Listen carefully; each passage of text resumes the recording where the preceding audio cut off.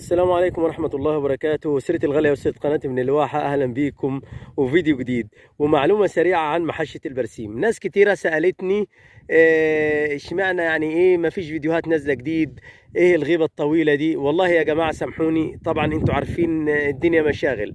مش هطول عليكم في الفيديو. احنا النهاردة هنتكلم عن معلومة سريعة. لو بصينا في الفيديو ودققنا كده، دي الواجهة بتاعت المحشة وانا مركز على الكربراتير.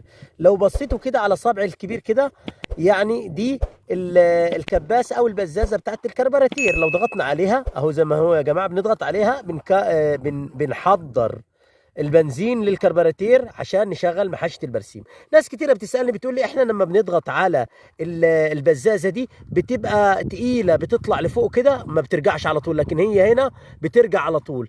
طيب ايه السبب؟ السبب يا جماعة ان فلتر البنزين بيبقى مسدود. طب هو فين فلتر البنزين؟ لو بصينا كده وفتحنا الغطا ده اهو يا جماعة، يمكن انا اتكلمت قبل كده في فيديوهات كتيره. لو فتحنا الغطا ده وجبنا سلكه كده، بنجيب الفلتر بيبقى موجود جوه التانك، بنجيبه وننضفه او نغيره. هتشتغل معانا البزازه حلو خالص، وهيشتغل معانا كربراتير، وهتلاقي المحشه مش مخنوقه.